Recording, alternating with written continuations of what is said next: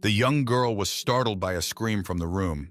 She ran with all her might towards the owner of the noise. Throwing open the door, the breathless girl hurried to ask what had happened.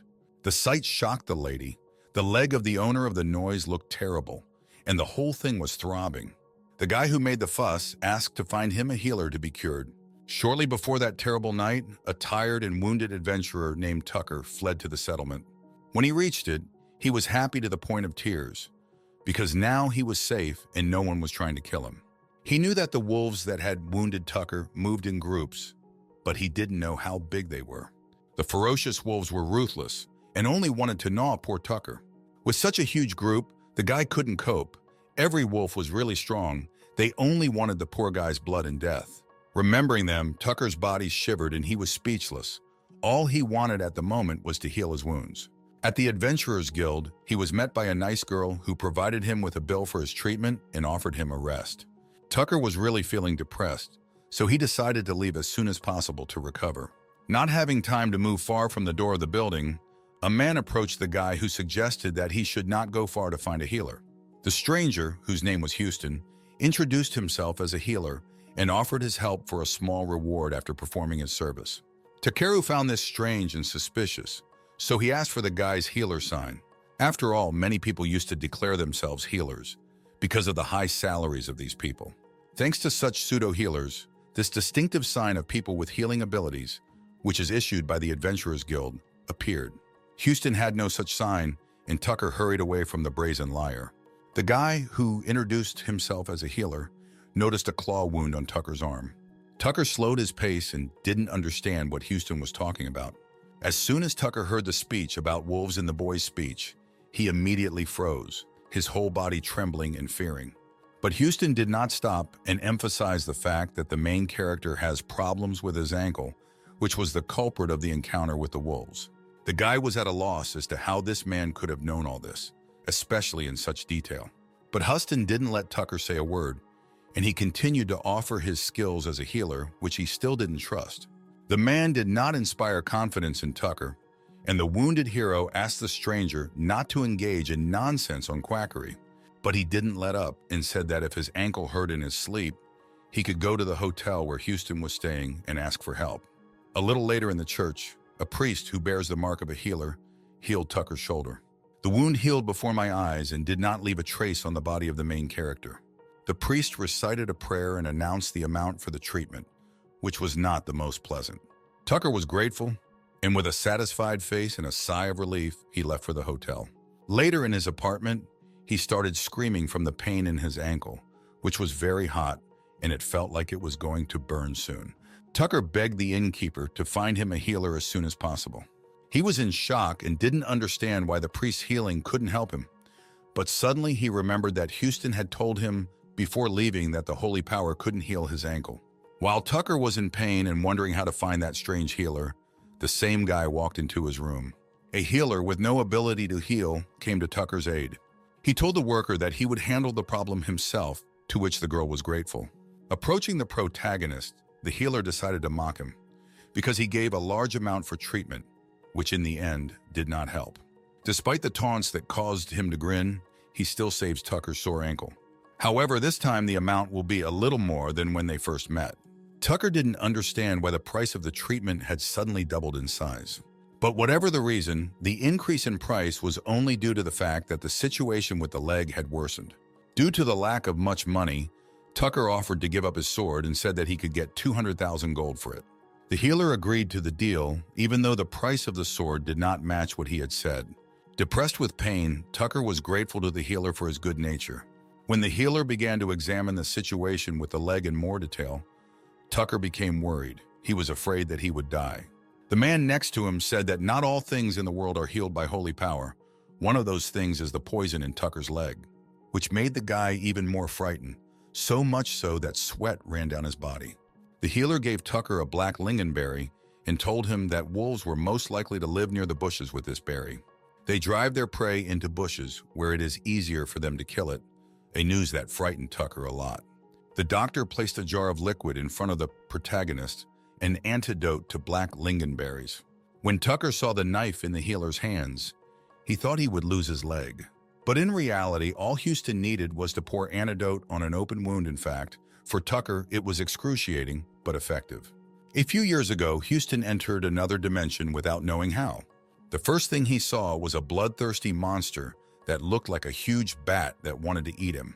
Houston was able to defend itself from the predator's attack, but not all people managed to escape. It was at this point that Houston was given the class of healer. The people who survived also came here by accident from another world, where there is not even a hint of magic. Some wanted to stay, while others, on the contrary, wanted to return to Earth. One of the girls agreed to stay here and fight in the group. While everyone was wondering what to do in this situation, Houston flipped through the list of his class skills. Unable to find a single skill related to healing, he wondered why there were none. Tucker was incredibly exhausted when the healer was done with his ankle, his face missing from fatigue and pain. But despite all the pain, he was very happy and grateful to Houston for not deceiving him and healing him. The wound that Houston had stitched up looked much better, but he still didn't understand how he could heal a person without the skills of a healer. Tucker apologized to the doctor, whom he called a quack yesterday, and scolded. Houston reassured the protagonist because he often hears such words in his direction, and they do not offend him. After all, he likes to watch how these same people crawl on their knees for help. Tucker found this reaction to people in desperation strange, but he decided to let go of their conversation and change the subject. When the healer left the room, he decided to go to the restaurant in the hotel. He asked the nice worker for food, who responded to the guest with a smile and kindness, and went to the table. Houston had a strange habit of recording the day's events in order to get back down to Earth. This dimension, different from his land, where he was now, was full of terrible and dangerous creatures. He didn't want to stay in this world where the chances of survival were almost zero, because monsters could kill you at any moment. While the worker was cooking, she injured her finger, which attracted Houston's attention. The doctor couldn't just ignore the incident and came over to ask what had happened, which frightened the girl. Using his ability, the protagonist easily determined what had happened, as it turned out to be a simple cut. The young man stretched out his hand and offered the girl help, which the young lady did not refuse. He used one of his skills to stop the bleeding, thereby relieving the tingling sensations from the girl's cut. For any help, healers get points, and since Houston has a lot of points, he decided to spin the roulette. He started the magic roulette wheel and waited for what would come to him. Houston did not like the winnings because he got coins that he did not really need. But in addition to coins, other things fell out. One of these roulette results pleased the guy. It was a new skill that increases the effectiveness of potions. After finishing his meal, he took the bottle of the potion and decided to put his new ability to the test. Houston walked out of the hotel and used his skill to consume the potion. He was pleasantly surprised by the result. He can now use this skill on patients to avoid pouring the potion on open wounds. Testing his new possibility, he didn't notice how he almost crashed into a person. The indignant guy began to threaten the main character with a sword, shout unpleasant words, and be indignant at Houston. The healer apologized to the guy who had accidentally nearly knocked him down and injured him. Hearing that it was a healer who had restored his physical strength the moment they clashed, he regained his senses. The guy suggested that Houston join their squad because they needed healers for a mission. He said that their squad decided to hunt rare monsters that posed a great danger. The guy proudly and enthusiastically told the price of the reward for the completed mission, and Houston was surprised. A smile appeared on his face, and he wouldn't mind joining their squad, which also didn't have any other healers in it. Meanwhile, at the Adventurers Guild, 2 other members of the party found a healer, who was self-confident in himself and his talents to be the only healer in the squad.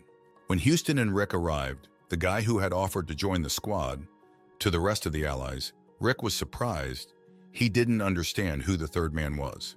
But his companion realized that they had brought him into the company of 2 healers at the same time.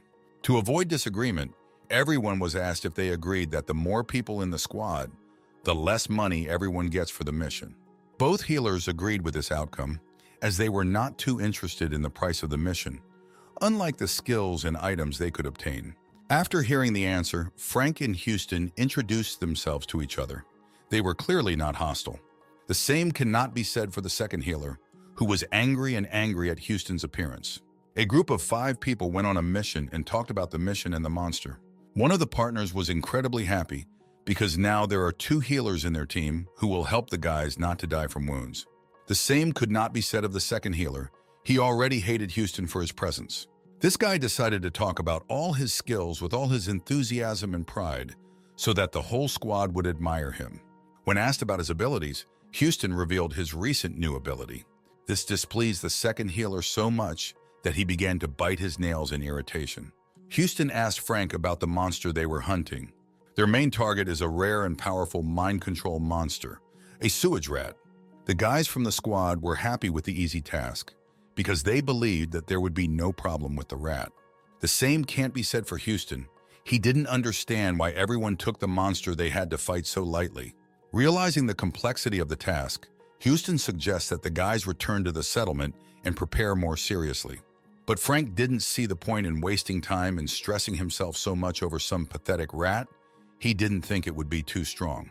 The second healer in the group reproached Houston for his cowardice and asked him to leave, to which he agreed. The party was surprised by Houston's response and did not understand why he was so quick to agree with the second healer's words. Frank asked if he would change his mind, but Houston knew they would fail if they didn't understand the seriousness of the mission. As the boy left, the rest of the squad walked on and came across a rat. The healer, seeing that some were in doubt, encouraged his allies not to retreat while at their target. The team, now consisting of 4, fought a huge rat that was hundreds of times larger than ordinary rats. While they were attacking the rat, they didn't notice it sneaking up behind one of the team members. The rat was in an aggressive mood and showed with all its appearance that only it would win the battle. The creature summoned the other rats by controlling their minds to protect it in turn and kill the humans. The squad was losing to such monsters, and even the healer could not help in any way and only stood aside, not understanding what to do. While everyone was suffering from rats, Rick decided to run away from the battlefield because he didn't want to die at the hands of monsters. But a magic portal opened in front of him, which he did not notice out of fear and ran straight at it. Entering the portal, the guy found himself in the same place from which he had fled. He did not immediately understand how it happened that he returned to the place from which he was trying to escape. He turned blue, and it dawned on Rick that he couldn't get out of here, no matter how hard he tried. Small rats, under the control of the strongest monster, attacked the guy and were about to run at the healer, but they were thwarted. Houston returned to the party to rescue his teammates, much to the healer's surprise. All the rats stopped and sniffed at the force that came from Houston. They didn't dare to continue on their way.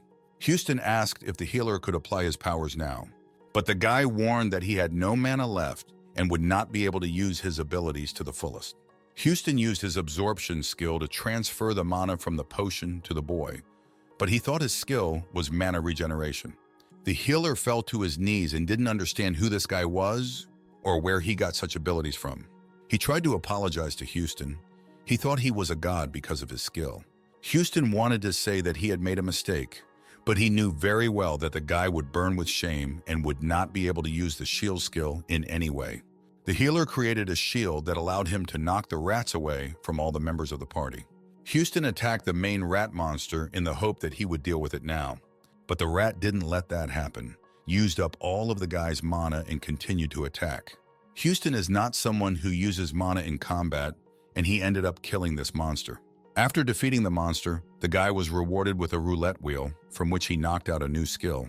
A happy healer ran up to Houston, who had defeated the monster, and rejoiced at the rescue. He was fascinated by the skills of the one he mistakenly took for a god. He thanked the protagonist, and his eyes shone with happiness. Afterwards, at the Adventurers Guild, the partners said that tomorrow they would go to their village and give up the idea of being adventurers.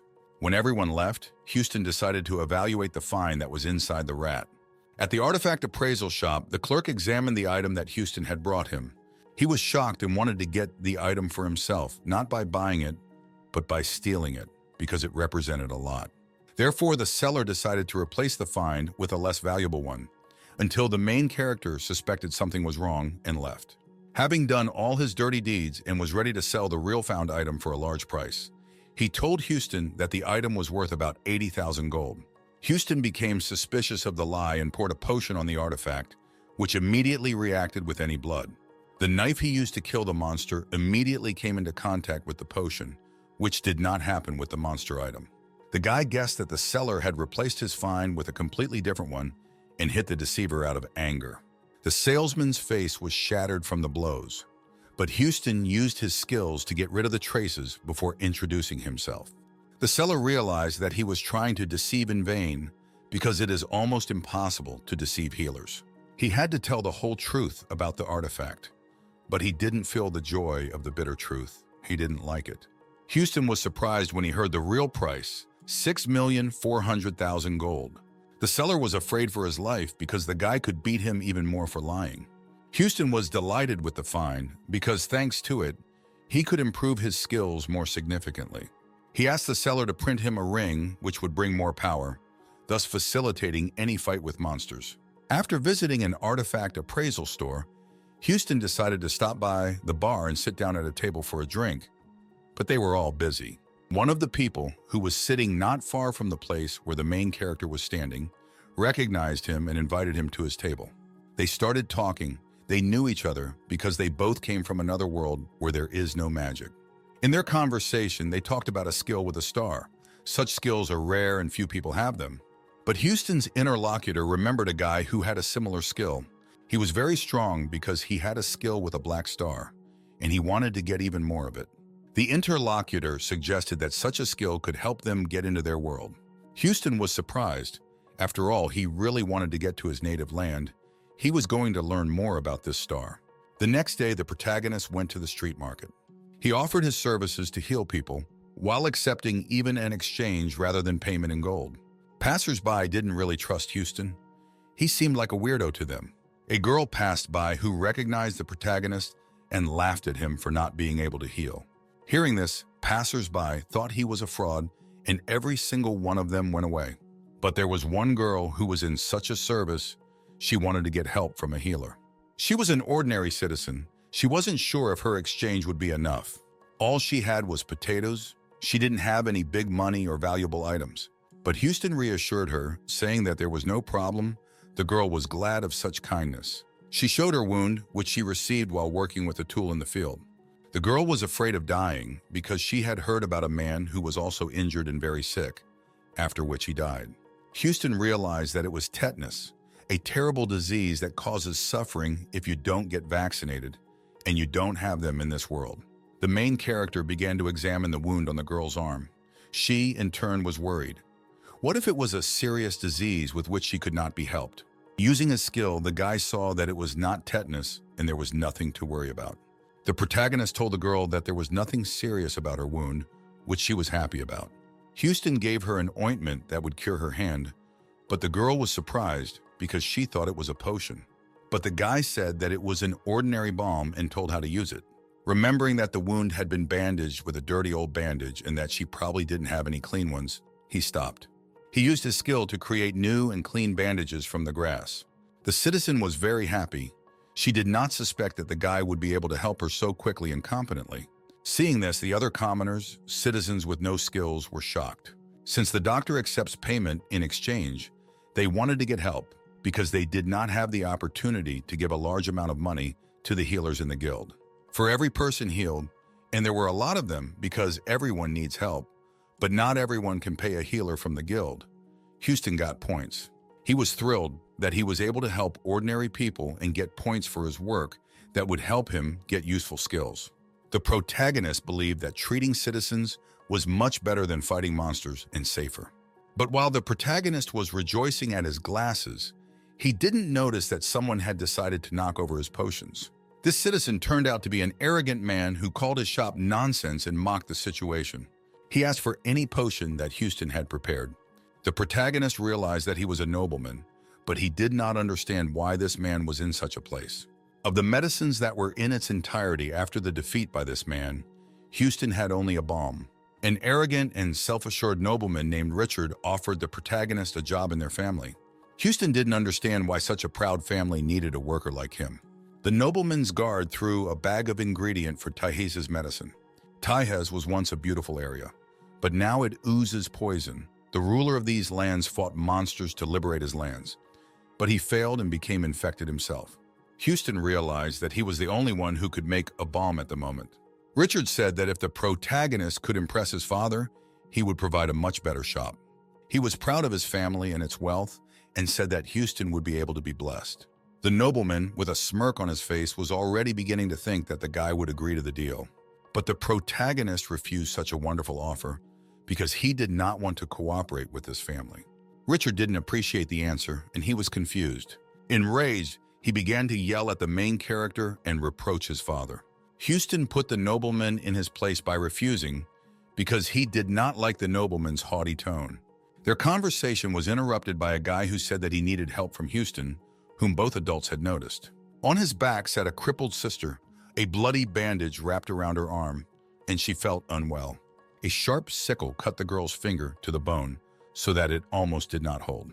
The doctor suggested that the wound be washed because the sickle that had inflicted the wound had carried foreign bodies into it, and the girl's brother was worried about his sister. His face depicted fear and anxiety for a loved one he did not want to lose. As he poured water on the fire, Richard began to taunt that the potion master, Houston, would not be able to do anything about the wound. In the meantime, the girl was getting worse, and the pain in her arm was incredibly painful. In Richard's opinion, only a healer like him could do that. The protagonist asked the nobleman to help the girl and put her finger back in place, to which the second demanded forgiveness for Houston's impudence and submission to his family. Houston didn't like the idea and chuckled at Richard's narcissism. The main character did not want to obey. He decided to cope with the problem himself and sew a finger, thereby helping the girl. Confident that it wouldn't work, Richard put his lucky necklace on the line. Houston, on the other hand, did not doubt himself and offered that if everything worked out, Mr. Richard would treat ordinary people for 3 days for free. The nobleman was not pleased with such an offer, but he agreed to the condition. The protagonist was aware of the magic thread with his skill so that it would cope with the work of restoring the performance of the finger. He proceeded to sew the finger on, using his abilities to make it a success. Magic threads instantly restored the finger with the help of the main character's skills. The operation was long, but he managed to restore even the ligaments of his finger. At one point during the surgery, Houston felt something was wrong. He felt sick and felt like he was going to fall. As it turned out, his stamina was running out. It might not last until the end of the operation. The exhausted doctor finally finished his job, even though he was too exhausted. The girl's brother cried with happiness, while the nobleman was angry at his defeat. Houston asked the girl to lift a finger to check that it was functioning properly. The young girl's finger was fully functional and performed all its functions perfectly, and not even a scar from the stitches remained. The protagonist reminded Richard of the promise, which made him panic. He realized that now he would not be able to turn away and would have to treat citizens for free and give away his necklace. The nobleman, with all his strength and anger, threw the necklace in Houston's direction and hurried away. The girl's brother thanked the doctor and was not sure that Richard would keep his promise. The guy was sure that the nobleman would not be able to get away from the fulfillment of the contract and asked the teenagers to spread rumors about it. In the evening, at the hotel, the worker inquired about the rumor that was now circulating in the city. There was no living face on Houston. He looked tired and exhausted from the day. She said that in the Lord of the Yarrow family, people in the town square are treated for free. The girl was worried that the doctor would now have fewer clients. But Houston said it's more important to him if as many people as possible get help. The hotel worker was pleasantly surprised and flattered by the kindness of the healer. She is glad that the main character was worried about people. Remembering the potatoes that the first client gave him, the main character gave them to the girl. The enthusiastic worker happily took the potatoes and was going to cook Houston something delicious to restore his energy. But no food could help the guy because after work he was spinning a tape measure, which let him down. Among a bunch of unnecessary winnings, there was one useful one, as it seemed at first glance to the main character. The vitality crystal in the expansion of his inventory seemed like a necessary thing at Houston's disposal. The protagonist was looking at a new crystal. It looked rich and powerful. But he was distracted by a man, the one who, like Houston, had come into this world by accident. This guy had an item that was capable of enhancing any crystal in the world. A good-natured acquaintance decided to give his object to the main character. Houston thanked the interlocutor for the gift. An acquaintance of the protagonist turned his gaze to Houston's jewelry.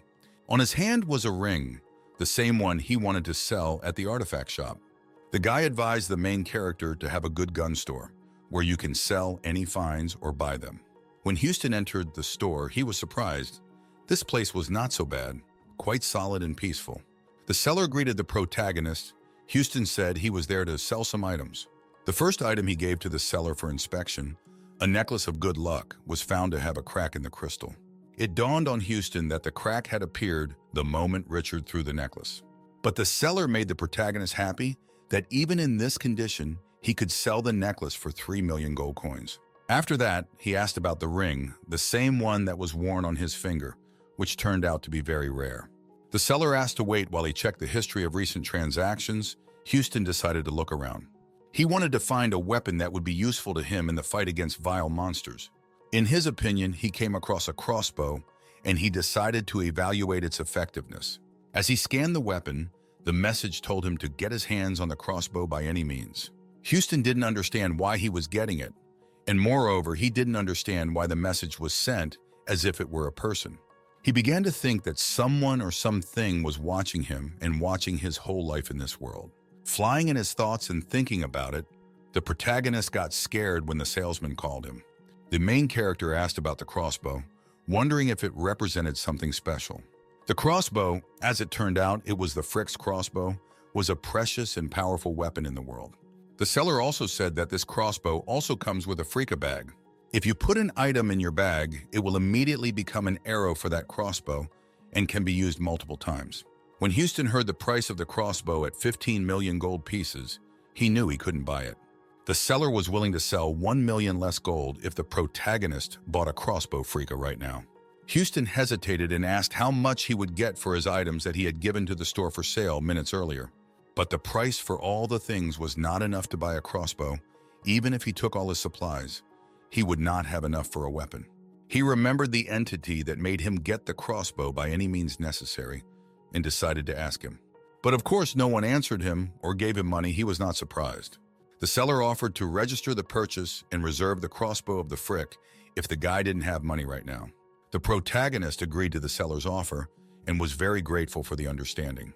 When Houston asked for a loan, he realized he didn't have a lot of money there.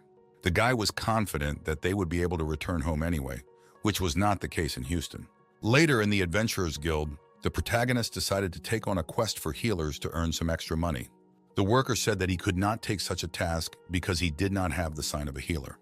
But the guy reassured her that he was just looking at the assignments and wasn't going to take them. The girl looked at the sheets of paper from the main character and noticed that all the tasks in Houston's hand were in progress. The main character decided to help the man in the task because he copes well with this. At the hotel, he was met by a female worker who asked why he had come. Houston was just looking for someone. As he entered the apartment, he noticed some people, one of them a priest, who had set about doing the work. A man tried to heal the leg of a girl who needed the help of a healer with holy light. Meanwhile, the protagonist applied his skill and learned more about the girl's wound. The priest was ready to use his skills to the fullest to fulfill his mission and help the crippled.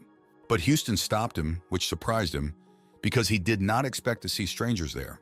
The protagonist introduced himself as a healer and told everyone that the priest's treatment would be pointless in this situation. To which the man imagined, he thought that since he was a supreme kind of healer, he would cope with the problem without consequences. The injured girl's partner was angry that the guy prevented the priest from healing the girl. She was worried about her friend because she was in a terrible condition and could not move normally. The girl tried to kick Houston out. She believed that he had climbed in and was distracting the priest.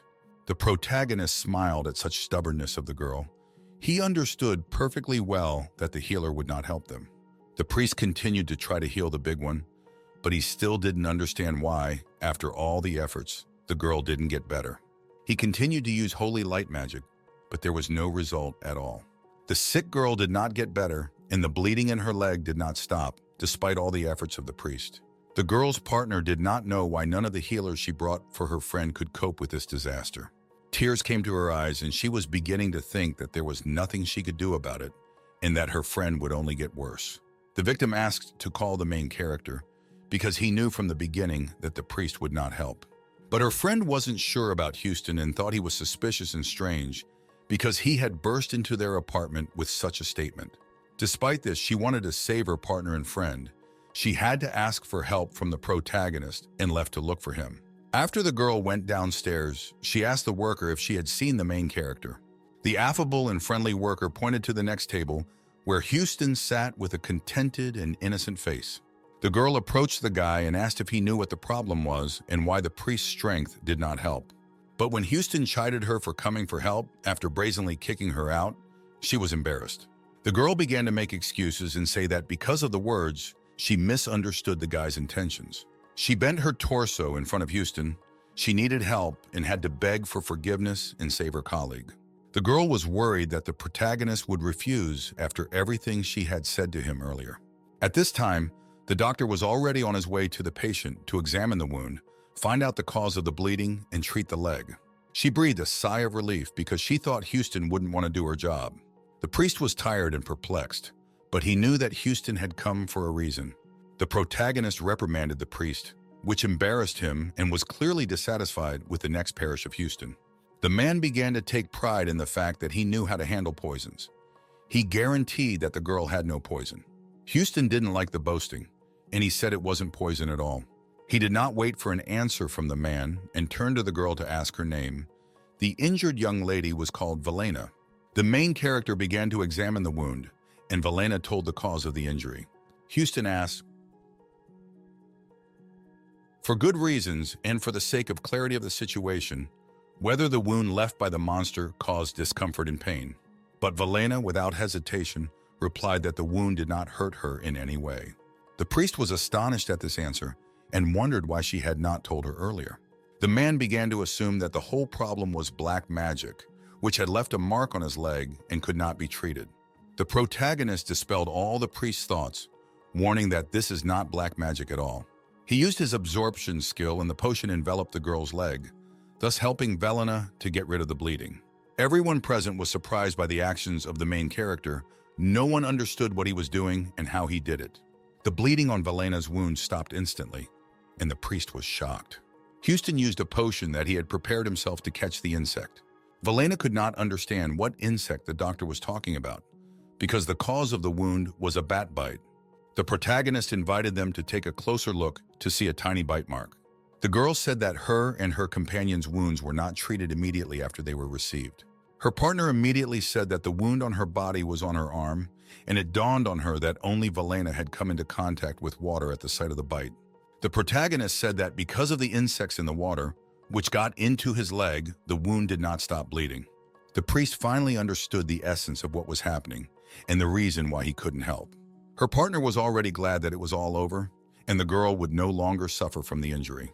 But Houston was sure that this skill did not belong to an ordinary insect, that it would die just like that. He cut Valena's bite. The girl was frightened by such an action in her direction and did not understand what was happening. A foreign object began to appear in the leg, which increased in size. From the wound left by the knife, a monster of impressive size crawled out.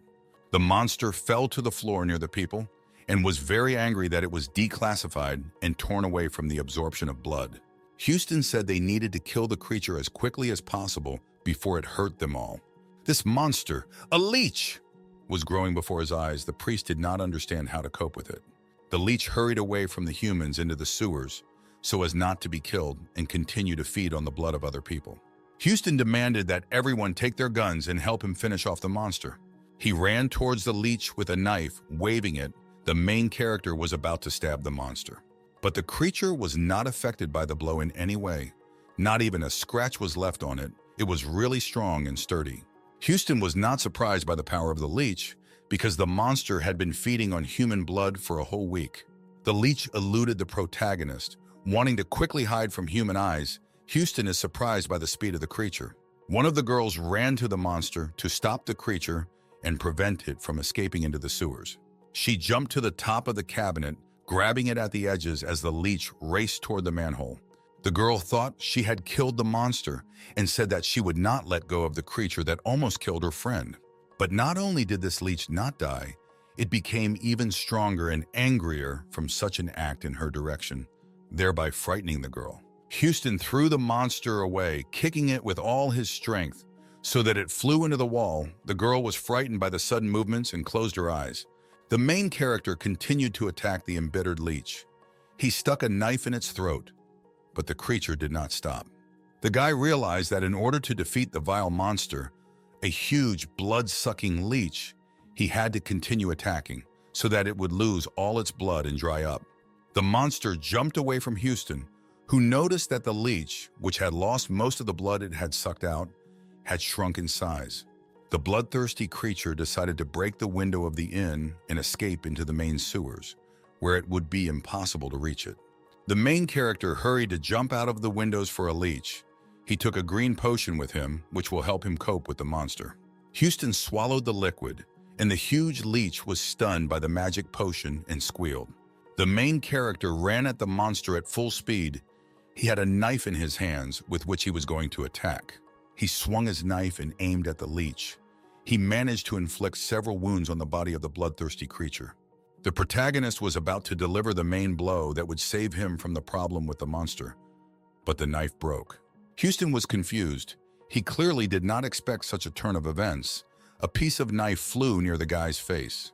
But at that moment, the priest took out a magic book and used his skill, the shackles of light, to stop the monster. The leech was encased in golden chains, screaming and tormented by the pain the man had made her experience. The priest was holding the chain he had created earlier. He told Houston to attack faster because he would not be able to hold the monster back for long. Suddenly he was shouted at and a new knife appeared in the hands of the main character. Newer and sharper, he was surprised. A girl whose friends suffered from this leech gave the knife to Houston to use because it broke. But at this moment, the bloodthirsty leech was able to break free from its chains. The priest was no longer able to hold the monster. The protagonist, without thinking twice about the situation, ran to the leech with a knife that had just got out. He cut the monster into small pieces. The leech died. It could no longer recover. The body parts of the huge leech fell to the ground. The main character took one of the parts of the already dead monster. He said that it was all thanks to the priest, because it was he who stopped the leech for a while. After that, Velena looked at her leg, which was sewn up by the doctor. She was surprised that someone was able to sew up the wound with threads. The girl cried with happiness. She thanked the main character that now everything is fine with her and she will not die. Houston smiled sweetly at Velena's words and said that he was just doing his duty as a healer. The main character approached the priest and suggested that he go to the guild and report that he had failed the quest. The man expressed his indignation, and he didn't understand why he had to do it. Houston said with a smile and joy that it was so that he could receive his award, because he was the one who did the main work. A little later, the priest returned to the Adventurers Guild and reported a failure in the mission. The man turned blue, but admitted that he did not cope. The girl who worked in the guild was surprised by such a statement. She did not understand how such a priest could fail an ordinary task. An employee of the Adventurers Guild wondered how one of the high-ranking priests of the church could fail to complete a mission that seemed so simple. A friend and partner of a girl who was injured recently asked if she could cancel the task if it was not completed. The worker canceled the task and returned half of the amount she paid, according to the rules of the Adventurers Guild. Standing nearby, the protagonist watched everything. He knew that he could not take quests from the guild, but nothing prevented him from taking canceled quests. He was condemned and pointed at for interfering with other people's tasks and taking them away. But Houston didn't care about these words in his direction. If they can't help the patient, then why take these tasks? The main character believed. After all, the girl who canceled the task gave the amount received to the main character. Houston remembered the knife she had given him and decided to return it, but the girl told him to keep it. The guy was not sure that he could take such an important item, but the girl wanted to apologize for kicking him out of the room. The protagonist was walking down the street and tossing a bag of money. Now he only had to find 2 million gold to buy a crossbow. Walking on a happy note, he decided to spin the roulette 5 times, hoping to get something worthwhile. But the 4 times that the protagonist twisted turned out to be bad. In each of the spins, he got only gold. The latter turned out to be a little more useful because he got a new skill from it, which may come in handy in the future. After an unsuccessful spin of the roulette, the main character went to the pharmacy. He went to the hut. The pharmacy worker was busy and said that if the guy needed something, he could just take it. When she heard that it was not the buyer but the seller, she became interested and asked for the goods.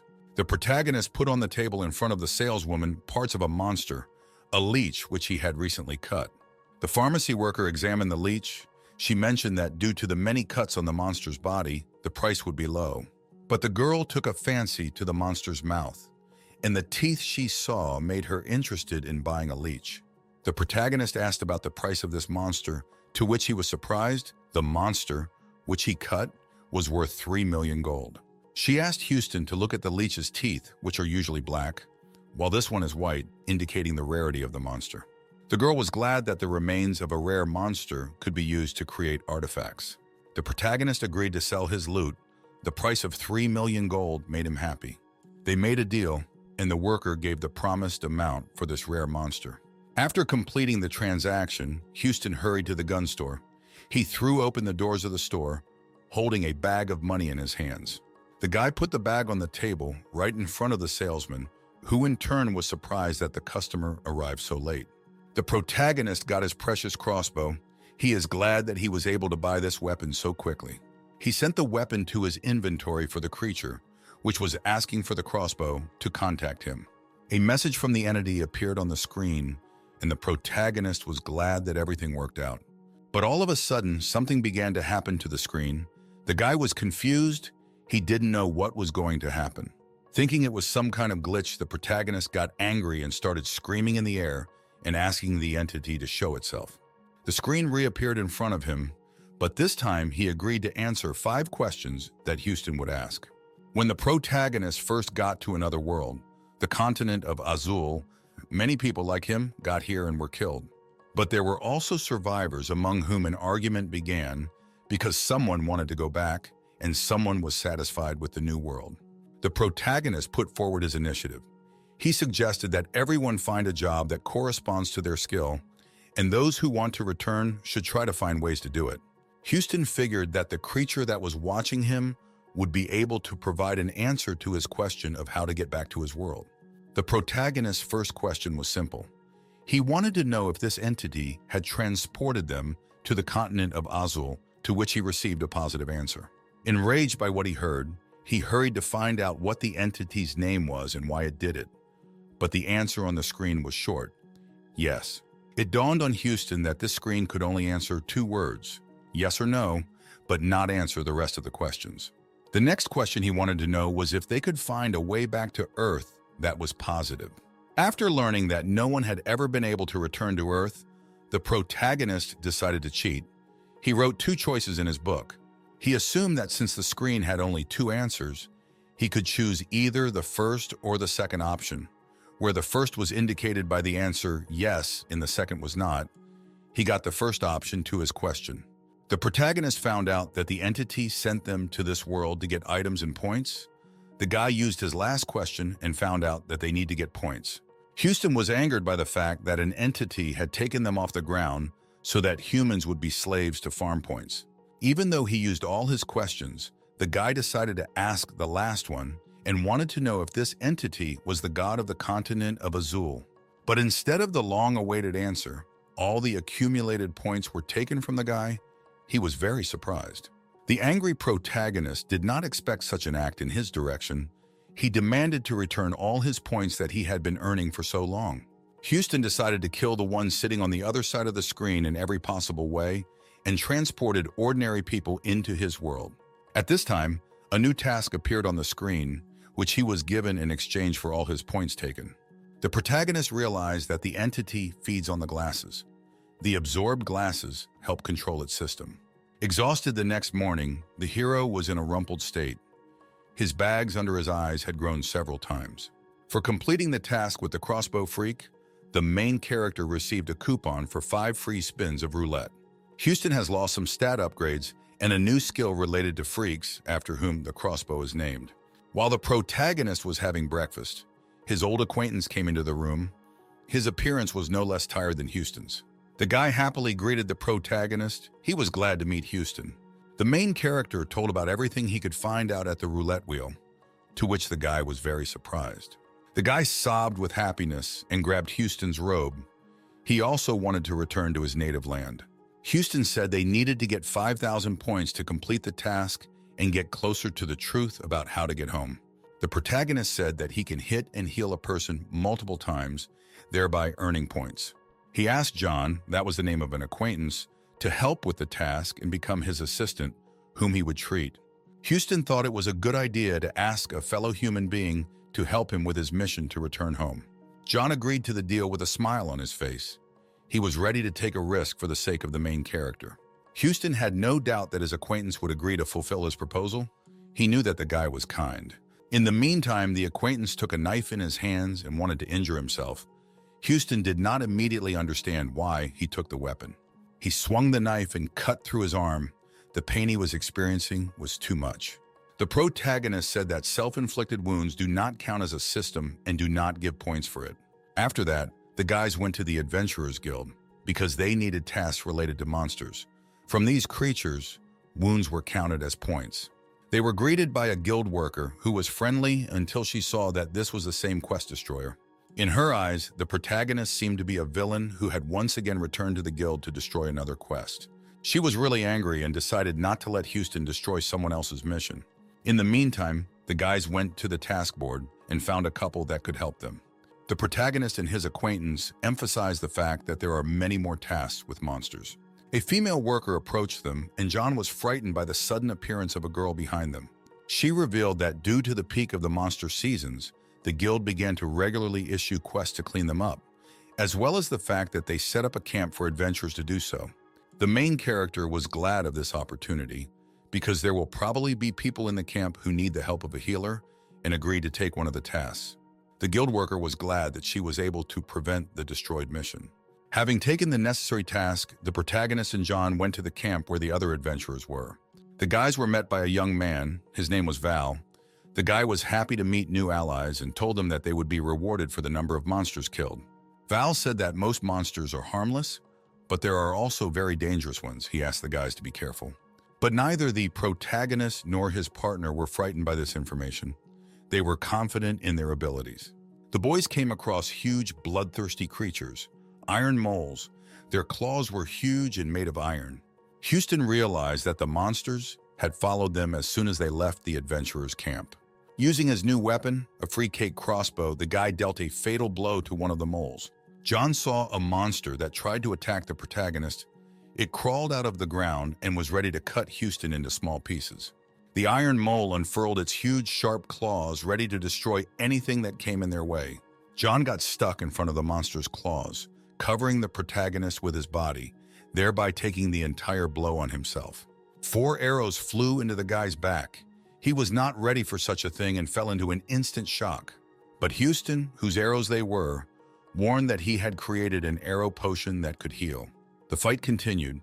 The main character and his partner continued the fight, in which they won. They cleared the territory of moles. When they brought the slain iron moles to the camp, Val was surprised at the number of monsters killed. The other adventurers were amazed by the abilities of the guys. They did not understand what these two did and how they killed the monsters so easily. But there were also a couple of people who decided to mock the guys and noticed a bandaged hand. John was angry that they treated them like this. A vein throbbed in the back of his head and his eyes narrowed. The protagonist and his partner sat down to eat. Where John was still furious, he asked why Houston was not reacting in any way. Houston, with a smile on his face, said that it was not worth dealing with such people and that they would soon come for help themselves. Chewing his food, the partner did not understand the behavior of the protagonist and did not even immediately understand who he was talking about. Suddenly, a wounded man appeared in the adventurers' camp, asking for help from the healers. John told Houston that it was a good way to earn more points for the mission. The injured guy was suffering from pain in his arm, which had been hit. He was screaming and trembling in pain. One of the people who had previously made fun of the protagonist and his partner turned his gaze to the guys. He recognized them as the very people he had bullied, and John was angry with the man again. The protagonist went towards the wounded guy to help, but the man who was making fun of him tried to stop him with words. Houston activated his skills once again to get to the heart of the guy's problem. He felt the patient's large and trembling hand and reported that the bites had been left by a wild animal. John understood who had caused the wound. The Beloto Ganchai were the cause of the patient's pain and paralysis. The protagonist took out his knife and wanted to start helping. As always, he had to cut the wound first. Rotten flesh became visible from the cut wound, which seriously frightened everyone present. Houston decided to use a crossbow. The guy who laughed at the guys thought they were bastards and lunatics. The protagonist asked his partner Jack to hold the people so that they would not interfere with the doctor. The freaka's arrows instantly pierced the body of the sick guy. These arrows contained a potion that would help to heal. The citizens of the camp were frightened. No one understood how a man who called himself a healer could kill a man so easily. But fortunately or unfortunately, the arrows shot into the body only healed the guy without leaving a trace. Everyone present in this place was shocked by such tricks. No one could even think that arrows could heal. Houston said that the Bellato hounds were weak against the air. If they had cured the guy without closing the wound, everything would have gone well. John blamed another healer for closing the wound of the sick man, thus closing the possibility of treatment. The protagonist, with a smile on his face, confirmed what his friend had said and even accused the healer of being mindless. The young man blushed with shame, uncomfortable with the fact that some man whom he had mocked had so easily understood the cause of the wound. Burning with shame, the guy hurried to run away from the main character, and John, he did not like such a turn of events. In the meantime, the injured guy came to his senses and thanked Houston for his help. John found it strange that the boy had gone on his mission all alone and at night. Houston got down on one knee and asked the guy how it was that he was alone in the woods. He said that due to the attack of a pack of Bellato hounds, their team was divided. He was frightened and began to think that he was the only one left alive. John had never seen or heard of these monsters attacking in large swarms. The protagonist suggested that if this can't happen, then it's all about the appearance of a rare monster that may be able to control the minds of its kin. Houston and his partner went to look for the remaining members of the injured guy's squad. They heard strange noises. The protagonist asked his partner for a lamp, which he quickly gave to him to look at the creature, which was the cause of the noise. They saw the following scene: predatory Bellato hounds attacking an unarmed guy. Houston created Freak's arrows and sent them at the monsters, which fell helplessly to the ground and did not move. The protagonist ran up to the frightened guy. He trembled and ate as best he could to thank his savior. John, shining his lantern into the clearing, was amazed at the sight he saw: many human corpses lying on the ground. He called to Houston in a trembling voice. All the corpses that were there had been lying there for quite some time. They had been decomposing for some time. John suggested that it was not natural for Bellato hounds to collect bodies to store on fresh meat.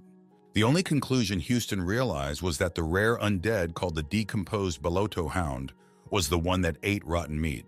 The undead were considered to be a creature that was able to move with the help of black magic while dead.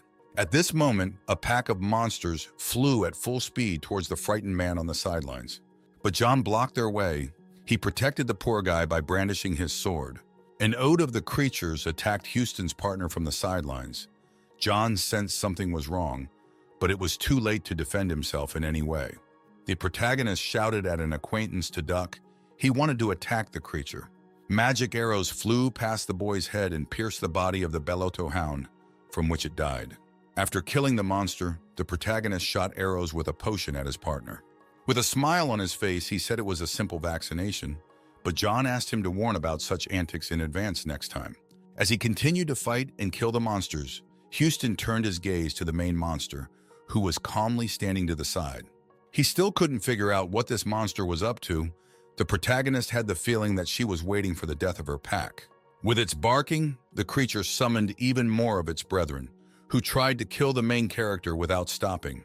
They wanted to get closer to the main and rare monster, but the creatures got tangled under their feet, not allowing them to take a step. John decided to use his skill mass aggro to draw the critter's attention to him. Saying that he believed in Houston and that he probably wouldn't survive, he ran as fast as he could, taking the pack away from the protagonist. Houston flew at the rare creature in search of the relic, because if the relic was taken away from the monster, it would no longer be able to fight. The protagonist, without hesitation or remorse, cut the throat of the creature where the relic was. He thought this was his chance to deal with the magical creature once and for all, and he was going to fire a control blow from his crossbow. At that moment, another wolf jumped out of the bushes. He dug his fanged teeth into the hand of the protagonist. The gnawed arm, along with the crossbow, flew aside, leaving Houston unarmed and without a limb. The monster headed towards the protagonist. He was angry that he tried to take away his precious relic. The monster opened its mouth in an attempt to eat Houston. It thought it would win by devouring the human. But the protagonist activated his skill. Because he was not used to giving up so easily, he summoned the crossbow of the freak. He shot the Frick's arrows right into the mouth of the bloodthirsty wolf. Even without one arm, he was able to do everything perfectly with the other, because he was ambidexter. His arms are equally developed. After the words, "Die, you lousy mongrel," the monster died. He could do nothing else because he left this world. After defeating the powerful being, he wanted to heal his body and put his arm back in place, but he couldn't find it. A guy who was recently almost torn to pieces by monsters brought a hand to the main character. He offered his savior help. The guy wanted to cure Houston, but the protagonist asked to look away. He could cope with his wounds on his own. In a pile of dead bodies and animal remains, people were screaming. They were on the verge of death and asking for help. While the guy was helping the survivors, the main character went in search of his comrade John. John was lying on the ground with dead wolves on his body, but the man himself was fine, though exhausted from running around. Houston's partner saw that his friend had lost an arm. He didn't worry. He knew it wasn't much of a problem for him, but he asked him not to do it again. Houston suggested that they go back to the camp because now they have to help many of the victims. Returning to the adventurers' camp, the protagonist began to heal himself, or rather sew up his arm. With quick movements, using the magic thread, the guy recovered his limb. Now it was fully operational. John asked why the protagonist didn't agree to the help of the guy they saved, but Houston didn't like to rely on other healers. A man disturbed the boys and shouted that the priest whom Houston had asked to come had arrived. After saying goodbye to his friends, the protagonist quickly threw on a robe and went to the priest. Priest Carl came out to meet the main character from the Ivor Church. He was friendly and polite. Houston immediately recognized by the appearance that a priest was standing in front of him. He greeted and introduced himself. Upon hearing the name of the main character, the other priest with whom Charles had arrived became apprehensive. Carl yelled at his brethren and ordered them to shut up and not to disturb their conversation with Houston. The young priest was good-natured and polite to Houston, apologizing to the protagonist and saying that he had heard about him from another priest. Houston realized that it was the priest who had failed to cure the girl in the hotel. The main character led the priests and people from the camp to the place where the massacre was taking place. The aura in this place was saturated with negativity. The young priest Carl ordered his wards to split into several teams, one to clear the area of black mana and the second to search the area. At the same time, the third team was to carry the dead bodies to the camp, and the fourth team was tasked with burning the infected bodies. The priests accepted the order, and everyone was sent to carry out the assigned tasks for work. Carl asked the protagonist to take a look at a rare undead monster, to which Houston agreed. The creature looked terrible. It smelled of rotten flesh. The priest thought this object was terrible, or rather the black mana on it. He asked the protagonist if he could provide this specimen of a rare monster to their church. Houston didn't understand why churches would take away the dead and rotten body of a magical monster. But the young priest explained that the church wanted to study this monster in order to understand the reason for the appearance of the undead. In exchange for the dead body of the bloodthirsty monster, Carl offered the protagonist in exchange for an item. That item was sacred water, which the Ivor Church had created on its own. The guy Yokche, a worker at the camp, was very surprised, while Houston didn't realize what kind of water it was. Carl explained that the holy water is so because it is placed on the altar over which the priests pray. The water was infused with a powerful and divine power that was capable of getting rid of hundreds of undead. A guy from the adventurers camp offered the main character to give the corpse and take the water because it is impossible to buy it for money. Houston decided that if he destroyed the artifact while he was destroying the monster, he would be at a loss.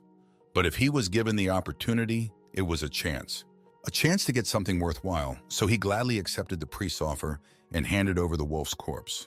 The young priest, Carl, thanked the protagonist from the bottom of his heart for his understanding and for defeating the monster. In the morning, the main character was woken up by a scream. He was furious that someone did not allow him to sleep after such a difficult day. The source of the scream turned out to be Val, who was alarmed and asked the protagonist to wake up as soon as possible. As it turned out, the leader of the Adventurers Guild had arrived at the camp to meet with Houston. The protagonist didn't fully understand why he came. He just wanted to go to bed and get a good rest. The guild master's name was Rain, and he had heard of Houston's act and was proud of it. Houston was flattered that the leader himself had deigned to come to the camp for him, to which Rain replied that he could not help but come after killing the monster. But the main character did not believe the man's words, He was furious, but he tried not to show it to people. He knew that this incompetent man was an ordinary upstart who boasted of the strength of his family, and he could not believe that such a man's eyes fell on Houston. Rain brought a gift for the protagonist's golden mushroom extract, which surprised the camp worker. Val told Houston about the peculiarities of this drug. He told him that these mushrooms are used to create endurance potions. Golden mushrooms were rare as they increased a person's maximum stamina. The last phrase stuck in the head of the main character. He realized that this is what he needs. He immediately drank this miraculous potion, and his stamina increased by 3%. The protagonist rejoiced at such a gift from the head of the branch. He wiped his mouth with his hand and thanked Mr. Rain. Supervisor Rain was delighted that the protagonist liked this gift and wanted to say something. But Houston tossed down the empty flask where the potion had been and wondered what the real reason for Rain's presence was. The protagonist suggested not to waste much time and assumed that Mr. had arrived to get his hands on the holy water of dawn. The manager was surprised by such a sharp response from Houston. He did not know how the guy guessed so quickly. But then the man was glad that the main character was so smart and offered a deal. During the monologue, he emphasized the word traveler between dimensions.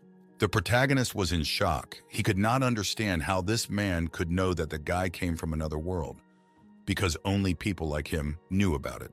Supervisor Rain decided to finish off Houston by saying that it was a shame to be a dimensional traveler who was not properly treated. Due to the uncertainty of their origins, even though they have great talent and abilities, they are unable to achieve proper treatment in their direction. The protagonist did not understand what the man meant by his words. Rain offered what he thought was a worthwhile deal. He received the holy water of dawn, and in return he gave Houston a healer's badge and his family's sponsorship. The main character was very surprised by the deal offered to him. It was quite tempting for him. Despite this, he replied that according to the rules of the guild, he could not become an official healer. But the man laughed because nothing is impossible for his family. If the protagonist receives recognition from Mr. Rain's family, then he will be able to become a royal healer. The man was beginning to think that Houston would agree, and he would be able to place him in a much richer place than where he was now living. The protagonist touched his chin with his thumb and refused such a tempting offer. Shocked by the answer, Rain was so confused that he even dropped the cup of tea he was holding. Houston, with a smirk on his face, said he didn't have to make such a deal to get people's acknowledgement. But the man wanted to get his own and offered sponsorship, because sponsorship of his family could give more opportunities. The protagonist refused this. He knew that Rain's influence in the family was not particularly significant, and such a deal was simply dangerous. Supervisor Rain became angry at Houston's behavior and started yelling and saying bad things to the guy. After talking to the man, the protagonist met with his acquaintance John, in whose hands he noticed something unusual. It turned out to be an item, a ruby stone that increases attack power, that he had received as a reward. The main character was happy for his friend because he managed to get something good for his abilities. The conversation of the guys was interrupted by the ringing of a huge bell and the voices of people who were shouting about trouble. The adventurers' camp was attacked by various monsters. The voice asked the adventurers to join to defend the camp. Most of the adventurers rushed past the protagonist and his friend, who also decided to follow them. Monsters attacked all the adventurers, and every minute there were only more of them. The protagonist began to help defend the camp. He took out his precious crossbow Fricka and began to shoot at the monsters. John, on the other hand, used his skills to engage in melee combat, slicing through the creatures. At that moment, Houston noticed a huge bear. It attacked the adventurer, slicing his back with his claws. The adventurers from the guild did their best to stop the bear, but their weapons could not cope.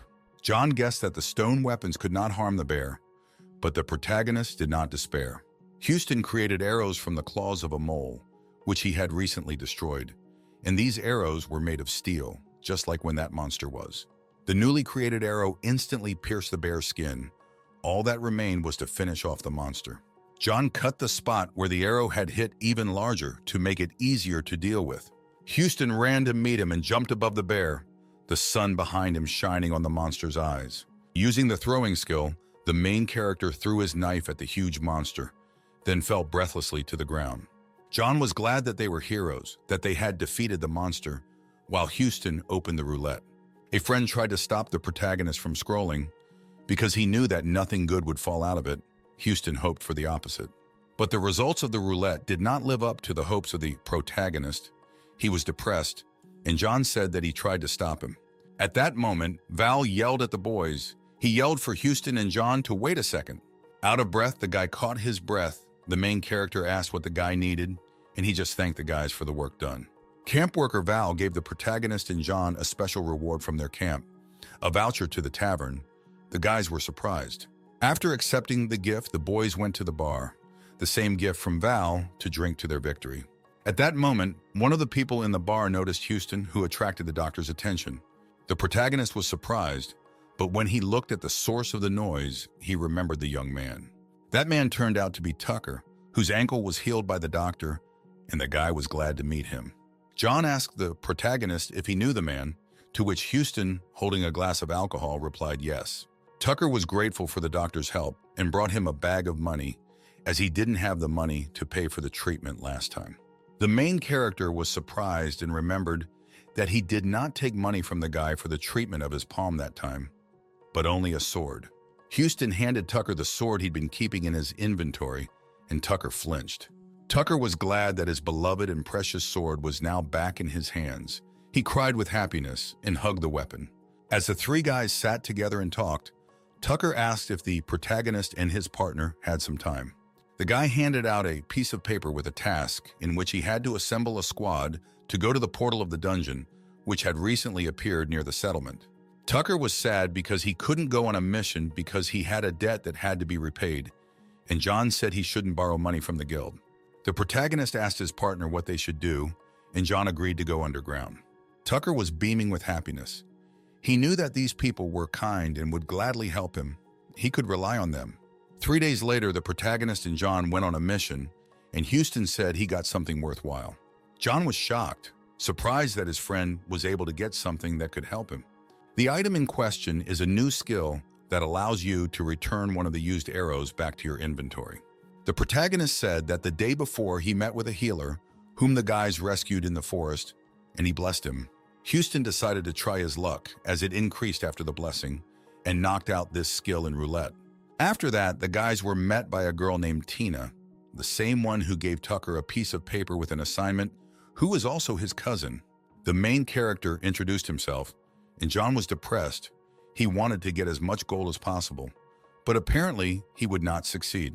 In addition to Tina, there were several other people in the new team, a fighter, a priestess, and a mage. The mage decided to reproach John for his clothes, to which he imagined he did not understand what she did not like about his clothes. But the disagreement in the new team was stopped by another teammate, a man named Isle. John ventured to guess that Isle was the leader of the squad, but the fighter angrily said that he was the leader. Everyone was ready and the team went to the portal to enter the monster dungeon. The team found themselves in an ancient dungeon. It was too dark, dusty, and even heard the sound of the slightest movement. The main and only mage of the squad used her abilities to answer the party's path.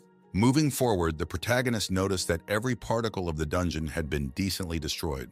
According to him, the stone dungeon could only collapse so badly because of water and wind, but the cause of this dungeon could not be the wind, and there was no moisture. He speculated that the black mana might have been the cause of the destruction. The protagonist asked the warrior if he understood that he was also capable of healing. John assumed that he was a physical therapist. The warrior got angry at John's words and shouted that he was not a physiotherapist, but a monk. But while the squad was talking, suddenly a multitude of flying creatures decided to attack them. The mage of the squad realized that they were scarabs and hurried to use her skills to drive away the monsters. Isle asked everyone to move on to get out as quickly as possible, as they would not be able to cope with so many flying creatures. The protagonist picked up a potion and asked someone to use wind magic. He absorbed the magic potion and asked the mage to scatter it throughout the space. Gusts of wind instantly caused the potion to fill the room, thus getting rid of the flying scarabs. As the mage tried to find out from the protagonist how he had absorbed the potion, their partners were at a loss as to how they were able to clear the room with only the two of them. Ilo thanked everyone for their good work and offered everyone a bottle of mana potion before continuing on their way. The whole squad rejoiced at such a gift and were grateful to their partner. Houston remarked that such a large amount of mana potions were quite expensive, but the guy said that he knew one apothecary and could afford to buy them. The protagonist was delighted with such a gift and accepted a large bottle of mana potion. I was glad that there are people so kind. The squad continued on their way through the dungeon, but John asked everyone to stop. He drew the team's attention to the separation of the blunts, with two different paths on both sides.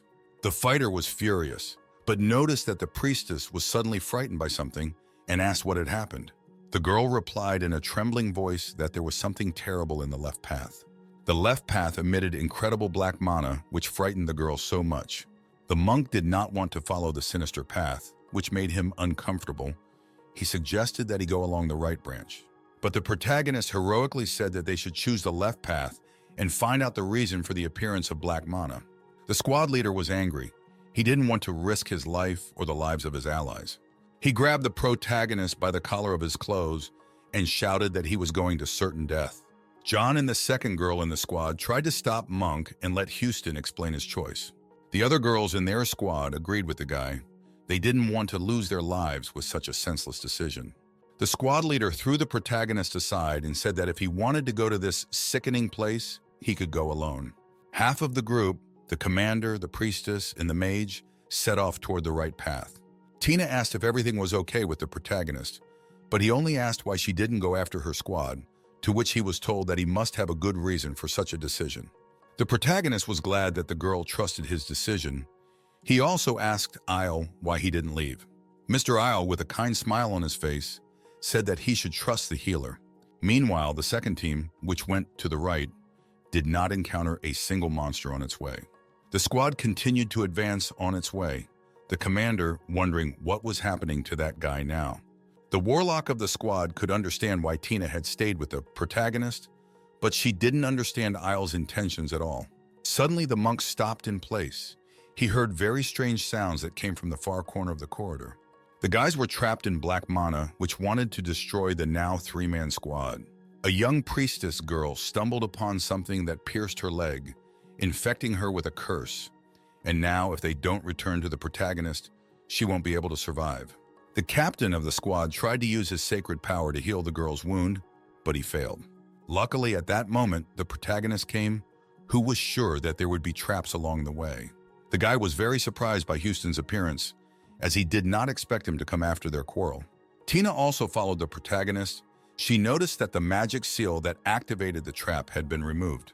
The leader of the squad assumed that Houston knew everything from the beginning, so he began to demand that he heal the priestess. But later he realized that he was not in the most advantageous position, so he began to ask for salvation from the main character on his knees. This is exactly what the guy wanted, so Houston immediately began treatment. He took out a gift that the young priest Carl had recently given him as a token of gratitude. While the protagonist was trying to save the priestess, the rest of the team was discussing the chances of success of the operation. Luckily, they were approached by John, who was carrying the rescued girl on his back, who had already regained consciousness. Everyone was grateful to the protagonist for his actions. No one could believe that their team had such a skilled healer. The squad continued inside the dungeon, coming to a large red door, which was presumably the last one. Behind the door, the main monster of the ancient dungeon was already waiting for the guys, who was ready for battle. All the members of the squad sensed a terrifying aura that emanated from the demon. However, in the next moment, a strange object flew directly at the monster. Everyone was amazed by what they saw, while the remnants of the demon flattened, leaving nothing behind. The one who defeated the main monster of the ancient dungeon was Houston. He shot an arrow. No one could believe that the protagonist was capable of such an action, which required a large amount of holy power. Houston uses his ability to return the freak's arrows to his luggage. Everyone wandered around the room in search of valuable items, as whoever found something first would remain the owner of that item. Tina found a blood-stained altar where human sacrifices had recently been made. The protagonist, without hesitation, approached it, as he assumed that something was hiding underneath. It turns out to be so. Houston finds a gray stone chest. But no sooner had the protagonist opened his find than they were attacked by zombies who knew where they came from. All members of the squad took a fighting stance, as their first priority was now to defend themselves. The leader of the team uses his skills as a priest to confront a horde of zombies. The protagonist is also not idle. He took out his Fricka crossbow to use the holy arrows. In the course of the battle, Houston realizes that the undead are not supposed to move when the owner of the dungeon is already dead. But when the protagonist turns towards the monster's corpse, he discovers that he has no core. At this point, John loses consciousness. Houston worries about him, but realizes that the guy is still breathing. The rest of the squad also fell lifeless to the floor of the dungeon. The protagonist realizes that in this case, the dungeon boss must be among them. He shoots arrows from the freaks, who have the skill of increasing stamina, towards the only person who did not fall asleep with the others. Mr. Isle repelled the protagonist's attack, thereby betraying his evil intentions. For the protagonist, it remains only to solve one riddle why the guy has not yet fallen asleep. At that moment, Houston remembers that he is the only one of the squad who did not drink the water given to him by Isle. Then, without hesitation, the main character goes on the attack, wanting to bring the guy out into the open. Mr. Isle uses dark magic to transform into his true form. The dungeon boss acknowledged Houston's abilities, as no one had been able to solve the mystery until that day. But he's not going to stop there, so he pierces his hand to make a sacrifice. It is not difficult for the main character to stop the attack of the dungeon boss with his dagger. In the next second, he shoots a stone arrow from the Fricka's crossbow, which catches Isle off guard. The dungeon boss continues to talk about a god who has chosen him as his successor. While Isle attacked the protagonist, he continued to draw a magic circle with his blood in order to end the fight as soon as possible. Houston had fallen into a trap but had no plans to give up, so Isle noticed the light coming from the magic circle. It was not difficult for the protagonist to get out of the trap, but he appreciated the abilities of his opponent. After seeing how easily Houston overpowered him, Isle began to lose faith in his abilities. Meanwhile, the protagonist took out a glowing sphere from his inventory, which he had previously found in a chest. Isle was surprised that his opponent was able to break the seal on the chest with holy water with ease. The guy went on the attack, wanting to take away the glowing sphere from the main character since it was the heart of the dungeon. But as soon as Isle approached Houston, the guy threw the sphere into the air high above his head. Without thinking for a second, the boss of the dungeon jumped for the heart of the dungeon, but at the last moment, the main character managed to grab it first. Houston pulled out a Fricka crossbow, the arrows of which he immediately shot into Isle's back. Wanting to protect himself from the protagonist, Isle tried to use his skill, Blackthorn Forest. However, Houston had no trouble cutting through the branches of the bushes with a dagger. Isle had completely lost faith in his victory, as the orb was now beyond his reach. He went on to talk about his god, who had once told him that the gaze of an indescribable presence was felt above us. The protagonist paid attention to these words of the guy. He assumed that Isle also sees the administrator's window. But Houston didn't consider himself a crazy follower of any religion. As soon as the dungeon boss was defeated, all the party members began to regain consciousness. The first thing they saw was Isle's lifeless body, a fact that made them worry about what was happening. Houston told everyone about what happened in the room while everyone was unconscious. John asked the guy how he knew that Mr. Isle was a dangerous person, to which the main character expressed his distrust of the most positive people. Houston asked a squad mage named Jessie to draw a circle for the exit from the dungeon. The girl decided that the guy was actually a high-ranking person, so she obeyed his words. At the same time, the protagonist approached the priestess, who was standing not far from him and was already feeling well after the operation. He asked the girl her opinion on the bodies of the sacrificed adventurers. The priestess also did not consider it right to leave their bodies in the dungeon, so she asked everyone to pray for the repose of their souls. When the burial was over, the protagonist received an achievement for participating in a ritual prayer. After the ceremony, Tina also covered the bodies of all the victims with a magical barrier to move them out of the dungeon. Meanwhile, Jessie had finished creating a magic circle that would help them return to the surface. But as soon as the girl began to approach the squad, she was attacked from behind by Isle, who was still alive. But Jessie's wound was no longer inflicted by a guy, but by an entity that was a god to him. The protagonist took command. He asked Tina, the monk, and John to move the corpses to the magic circle. And he and the priestess will be engaged in confronting a new opponent in the face of a god. While the main character was distracting the guy, the girl used a spell to exorcise the undead. Isle didn't like the spell, so he started attacking the priestess. But Houston couldn't leave the girl in trouble, so he took the blow again. In the meantime, the priestess had finished casting the spell that attacked Isla. The guy felt that he was going to lose this fight again, so he took out the core of the dungeon. He crushes the magic orb, thus trying to pay his last tribute to his leader. The destruction of the dungeon core causes the building to begin to fall apart, threatening burial for anyone left inside. Sometime after the mission is successfully completed, Tina and Houston are talking. The girl is worried about the fact that she has never been strong in either magic or sword fighting, but has always wanted to do the latter, so the protagonist advised her to follow her wish.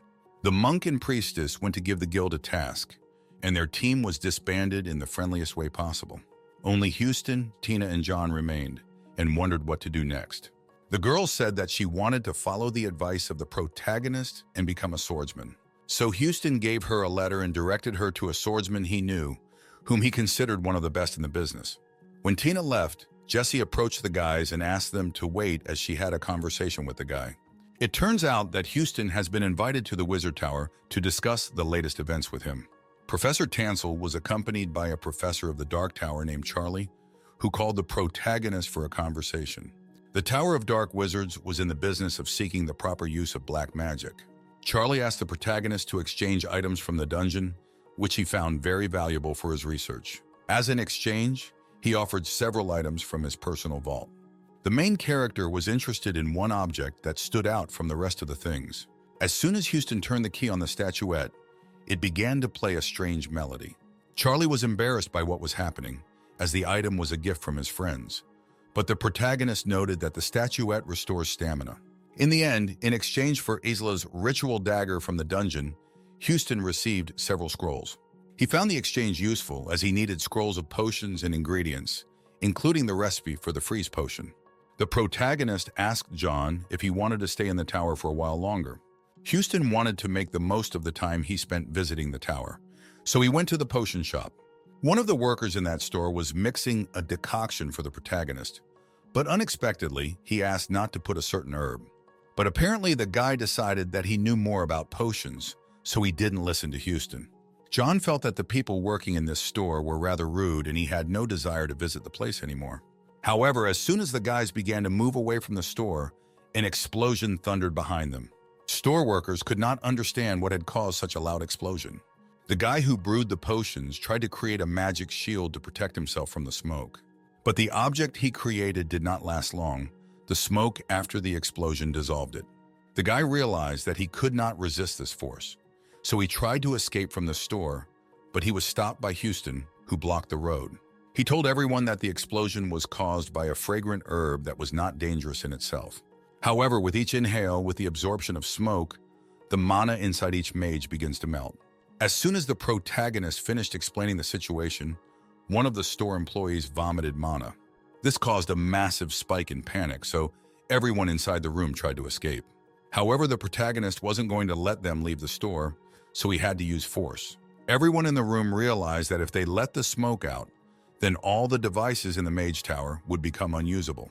So Houston says he knows the cure, but he has to get rid of the smoke first.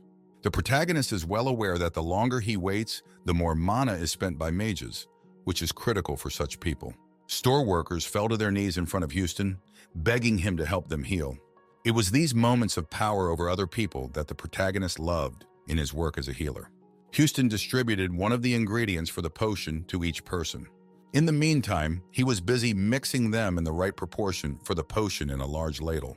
However, they had been in this room for too long, so even John with a low level of magic felt the effects. Luckily, the protagonist finished making the potion, which he spread throughout the room.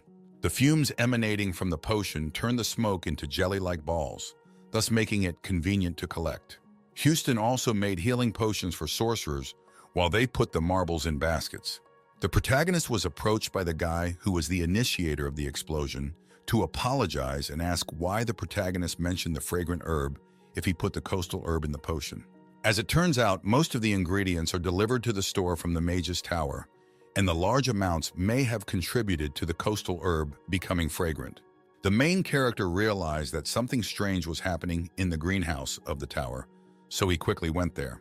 On the magic screen, Professor Tansel approved Houston to visit the research room as he was busy at the moment. The man was talking to Jessie, who, by a happy coincidence, found herself in Houston's way. As soon as the children ran to the greenhouse, they noticed changes in the behavior of the plants.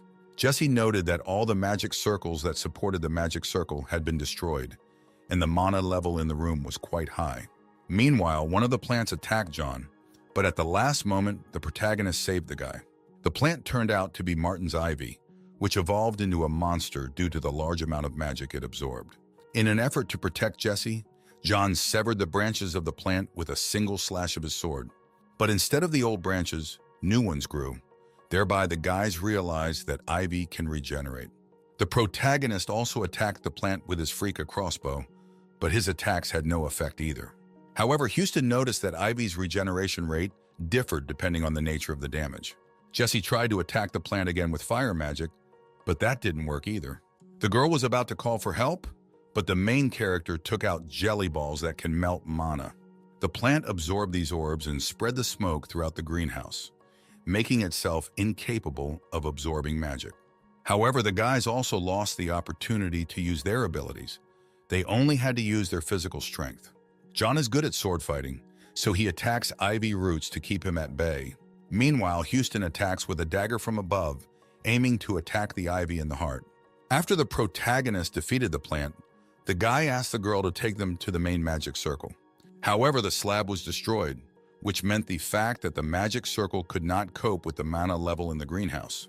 Meanwhile, the protagonist scans the mana connection diagram as he realizes that an explosion will soon occur, capable of destroying the entire mage tower. Houston, risking his life, approaches the magic circle as he wants a sphere from a dungeon with high magic resistance to consume him. However, the closer the protagonist gets to the stove, the more dangerous the situation becomes for his life. John and Jesse already decide that Houston won't survive after coming into contact with a lot of mana. But at the last moment, the protagonist throws the sphere towards the magic circle. The cannonball hit the stone slab and began to absorb the accumulated magic. Luckily, the power of the orb from the dungeon was enough to absorb the magic completely. John and Jesse pounced on the protagonist as they were very happy that he survived. The girl telephoned Professor Tansel again to report on the situation in the greenhouse. If the mage tower were to be damaged, the protective barrier that guards the city would be destroyed. However, the professor doesn't have the authority to give access to the mana center, so the guys went to another person. They came to one of the magisters of the Crimson Tower named Hive, who thought their story was nonsense and did not give them access to the mana center. The protagonist counted on the man to figure out the situation himself, but he did not expect to hear a refusal to believe. Mr. Hive also insulted Jesse, who wanted to reason with him, so Houston only advised the man to evacuate the people from the tower. However, the tower master did not plan to listen to the protagonist's arguments. His words only angered the man. Mr. Hive threw the boys out the door while Houston remarked that the magister was strangely nervous. The protagonist decided to use the observant gaze skill to find out that the man is in danger of imminent death. Meanwhile, sitting in his office, Mr. Hive was worried that everyone would find out his secret, that the mana power supply system had broken down before the magisters of the Mage Tower were elected. However, when the man got up from the table and was about to leave the office, he noticed a strange glow on the side. There was another explosion of mana which destroyed the room in which the magister was located. Mr. Hive tried to use magic to free himself from the rubble, but the reverse flow of mana only caused more damage. At this time, the protagonist came to his ruined office, thereby reminding him of a recent meeting. Mr. Hive began to apologize to Houston for his behavior as he realized that he was on the verge of death. The protagonist knew that the man was only doing this to save his own life. Houston was about to leave the office, but in the end, he offered to trade Zeev's life for something of value for himself. The magister took out the key that unlocks the center of mana, thereby taking the lives of the townspeople hostage. The protagonist also noted this, and he no longer needed a key to get into that room, as the explosion destroyed all the deterrent seals. Without looking back, Houston left the office, leaving the man to his death. After dealing with this case, the protagonist ran towards the exit to inspect the situation from the outside. Along the way, he met crying children, worried about their girlfriend who had sacrificed herself to save them. At this point, the protagonist gains the skill Soothing Voice, thanks to which he calms the children. He heads to the direction where the girl was last seen to help her. Houston discovers her body littered with bookshelves. It looks like the girl has been badly hurt. She notices that the protagonist is not wearing a robe and asks him not to sacrifice his life to save her. Houston is amazed by the girl's dedication and ability to think like an adult at such a young age.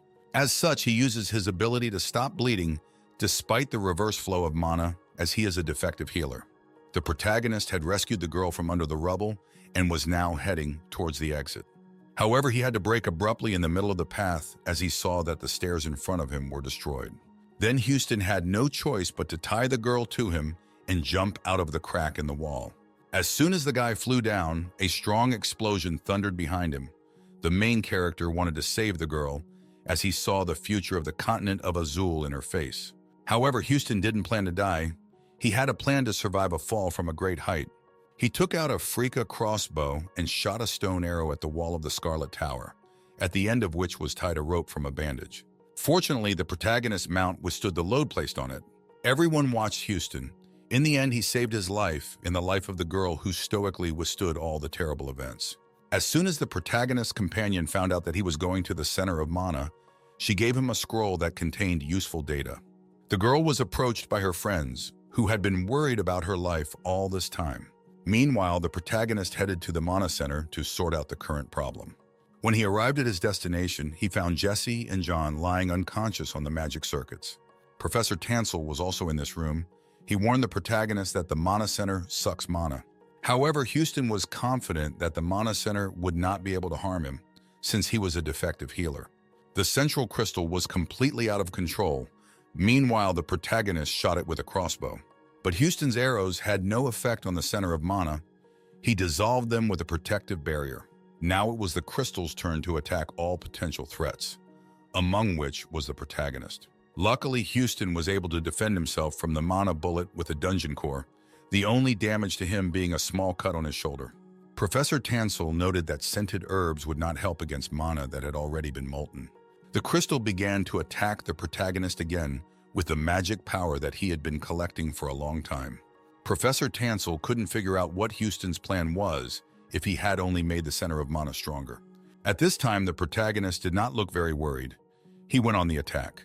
Houston decided to hit the center of mana with the core, as it had the ability to perform strong magical defenses. It seemed as if the protagonist was supposed to defeat the crystal, but it all led to a strange reaction. Houston was angry that the monster was taking up a lot of his time. He thought it would be easier for him to win. The center of mana evolved, growing two arms that began to attack the protagonist. Houston decided that since the crystal needed mana, he would not be able to resist the magic arrows he shot to the side to lure the monster into a trap. He also breaks the scroll of contaminated mana that the girl gave him earlier to make it more effective. The protagonist creates several stone arrows filled with this spell to deal damage to the monster. After a while, Master Loki thanked Houston for saving the city and invited him to choose the award for himself. As a gift, the protagonist asked the man for a magical barrier circle of mental rest. However, Master Loki upset the boy by not being able to give him this item, as only Crimson Tower mages can have a barrier circle. Therefore, the man declares the protagonist an honorary member of the Crimson Magic Tower. Thus, Houston became not only a healer without healing skills, but also a magician who did not know how to cast spells. The next day, the protagonist was already in his new room, which allocates everything to the honorary members of the Scarlet Tower. While John was excited about the new space, Houston studied the stats window, where he learned that he had 6,841 points. Also, the main character received a new opportunity. Now he had an item slot, which was given for 3 rare relics. John invited the boy to put on his cloak, which had been given to him in honor of joining the honorary mages of the tower. However, the protagonist didn't want to wear the red cape because then he would become less like a healer. So he decided to put the cloak in the item slot that opened. After Houston sorted out his items, John decided to retrieve his items that he had kept before he came to this world. The protagonist said that the guy was luckier as he was transported to this universe with things, while he himself got without any things. All that Houston has left from his past world is a photograph with people close to him, the frame with which he left in the room. The protagonist and his friend were accompanied by their new acquaintances, who were grateful to them for their help. The next way of the guys lay in Kamar, which was considered a city for rich residents. However, when the main character asked the ferryman about the cart with horses, the man told them that they could not ride them now. The guys were distracted from further conversation by an altercation between the residents of the city and the guards. The humans demanded to be allowed to cross the bridge, but the soldiers couldn't let him go due to recent problems in the center of Mana. One of the mages couldn't stand the fact that he couldn't pass this obstacle, so he decided to use his power. But after the use of his magic, monsters that outwardly resembled mermaids climbed onto land. The guards fought the attackers bravely, but they were not able to withstand the large number of creatures. The protagonist couldn't stay away when other people were in danger, so he started firing a crossbow. John also went on the attack, using his sword skills to cut through monsters. When the guys dealt with all the mermaids, John decided that he could relax, but the main character warned him that all was not lost. One of the soldiers was wounded in the shoulder by the monster. The wound was not too deep and did not pose a serious threat.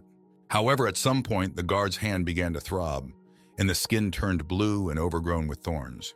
The protagonist also noticed the guy's transformation, so he approached him to inform him that there was no cure for this disease. The soldier despaired at hearing the words, as he knew that his life was doomed. But Houston stopped the boy's attempt to kill himself, as he wanted to try to create his own healing potion. To do this, he needs the liver of a mermaid, so the guy went to the bottom of the sea. The protagonist took a potion that helps him breathe underwater. In addition, he received the skill of maintaining body temperature. While Houston was researching the ability, a water bullet flew past him, miraculously missing him. In response to the mermaid's attack, the protagonist takes out a Frick's crossbow and shoots it in the direction of the attackers. There were quite a lot of monsters underwater, but the guy manages to hit a few creatures. But in addition to the usual mermaids, their leader also lived in the water, who noticed the appearance of the main character. The monster tried to grab Houston by his cloak, but the guy managed to dodge. For the next attack of the monster, the main character also substituted another mermaid instead of himself, which saved his life. Houston knew he didn't have much time left, as the time of his potion, which helps him breathe, would soon run out. Therefore, Houston attacks the merman's healing arrow to weaken his opponent. With a further shot, the protagonist hits the monster in the head, thereby defeating it. Just as John was beginning to worry about his friend, Houston came out of the water. He made a potion that stopped people from turning into mermaids, and all the soldiers were very grateful to him. However, in this moment of general joy, the captain of the guards received the news that the mermaids were also attacking the rest of the city's ports. Therefore, there were many soldiers in the infirmary who had been bitten by monsters. The protagonist was in a hurry towards the hospital to save as many people as possible. He fired healing arrows from the Fricka's crossbow to stop the soldiers' transformation. But for some people, the transformation was already over. So Houston had no choice but to defend himself.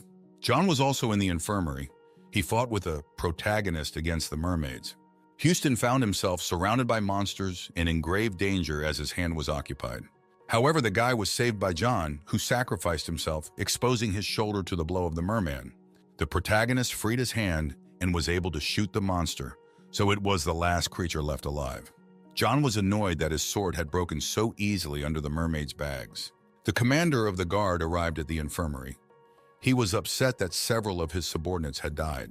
The man came out to talk to the main character and thank him for his help in fighting the monsters. However, their conversation was interrupted by people who were on the pier at the time of the mermaid's advance. They demanded that he give them a healing potion, as they were worried that they might be infected. Houston remembered very well that all these people had fled the docks when the monsters began to attack, so he considered them unworthy of help. In exchange for giving everyone a healing potion, the protagonist demanded 400,000 gold for a jar, or proof that there were signs of infection. Of course, all the disgruntled people immediately began to talk about the fact that they had been bitten by mermaids. Houston then offered everyone to drink a potion that turned them into monsters, so that he could give them a healing potion. However, the residents of the city did not like the protagonist's proposal. They preferred to run away from him. The commander of the soldiers admired how quickly Houston dealt with the beggars, but still he could not allow him to cross the sea. Then the protagonist decided to visit the artifact appraisal shop before closing. He was greeted by a young guy who, as soon as he saw the rare thing Houston brought, was immediately glad to see him. The appraiser wanted to deceive the protagonist, wanting to lower the price of the artifact, but at that moment a young girl came in. She also worked at the store and was furious when she found out that her colleague was doing bad things again. The girl apologized to the visitors for her partner. She was ashamed of his behavior. Therefore, the store worker took on the task of creating an artifact from the materials provided. The girl made merman cuffs, which improved visibility underwater. The main character liked the item. The protagonist gave one of the artifacts to John, who was surprised by the gift. Thus, the number of rare items in the guy's inventory increased, and he also received a new slot. It was already night outside when the guys came out of the artifact appraiser's shop. They had nowhere to spend the night. However, just as they had resigned themselves to sleeping outside, they were stopped by a familiar voice. The guys were sheltered by the family of a soldier, whom the main character had previously saved from transformation into a merman. These people may have looked like an ordinary middle family, but in fact they were the oldest honorary guard family of Kamara. The girl from the artifact appraiser's shop was also from this family and was the sister of the rescued soldier. That night, the travelers spent the night in a family of guardsmen, but the main character did not sleep well. When he came to the window, he noticed an unusual fog, so he decided to climb the observation tower, which was not far from him. When the main character went inside the room, he was attacked from behind by an unusual person. It was the man who was guarding the tower. He was not pleased with the unexpected guests. However, the guardsman was stopped by a soldier rescued by Houston, who called the man Uncle. It was a retired guard. He also belonged to an honorable family. The man asked the protagonist for forgiveness for his rude behavior. Houston used his observation skill and fired a Frick's crossbow into the fog to find out what he was hiding. Out of the fog came a horde of monsters that wanted to attack the city under the cover of night. All the guardsmen went down to the shore to defend the city from the uninvited monsters. The protagonist and John watched the soldiers fight the sea monsters, but they could no longer stand aside. So John picked up an item that had been given to him by a family of guardsmen. The protagonist studied the situation. He noticed that the fish are usually less willing to get out of the water. It turns out that these creatures were aided by sorcerers who used a potion to help them breathe on land. Houston attacked the monsters with moonlight, thereby weakening the other creatures. However, instead of sorcerers, the crab lord appeared from under the water, who was their leader. The protagonist and John salivated when they saw the Sea King, as he had a lot of delicious meat. The girl, risking her own life, tried to stop the crab lord from storming the city. However, the monster was stronger than her, and now he attacked her with his claw, wanting to kill her. At this moment, the main character came to the girl's aid, who with the help of a new blade cut the crab lord into pieces. Thus, the guy was able to weaken the monster, so the rest of the wars also went on the offensive. The battle lasted until morning, but in the end, everyone was able to defeat the sea creatures, defending the freedom of the city and its inhabitants. The main character slept for a whole day from overexertion, so now he could not understand where he was. Everyone waited for John and Houston to wake up to have a feast to save the city. The protagonist, while having fun at a party, noticed a strange sheen on the body of the crab lord. Pulling the item out of the monster's shell, Houston discovered that it was another rare ingredient. In the meantime, the boys were invited to meet with Lord Kamara, who wanted to thank them for saving the city. The only thing Houston knew about this man was that he was an honorary member of the Scarlet Tower, but he was also a very sensitive person. Gawain wanted to thank everyone for saving the city, so he invited them to his manor. As a reward for the family of guardsmen, he decided to create an order of chivalry, which greatly increased the status of all members. When it was Houston's turn to receive his reward, he refused the treasure and potions, much to the Lord's surprise. The protagonist wanted to get something more valuable in the future, so he mentioned the village of Hind, from which he had previously come.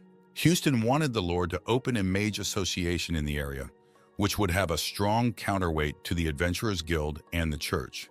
The Lord was very worried that even with the support of the Scarlet Tower, he would have to spend a lot of effort and money on the construction, but he still had to agree. The protagonist also asked the man for funding to return to the settlement of Hind. In this cost, Houston included a ferry across the sea, various spells for a comfortable trip. As a result, the Lord agreed to all the conditions of the main character, and in the evening, the guys set off. A carrier was found for the trip, who was treating his daughter for an illness in the city. On the map, the protagonist noticed that their path lies through the Red Forest, which is known for the fact that strangers often get lost in it. While Houston had time to rest, he decided to look at a list of membership stats that improved his abilities. He recalls that in addition to being an honorary member of the Mage Association, he also became a knight. Also, the main character received a new quest, according to which he must score 10,000 points. The journey was calm enough, and by night the travelers had almost reached the Red Forest. However, not long before they came ashore, their boat began to rock violently.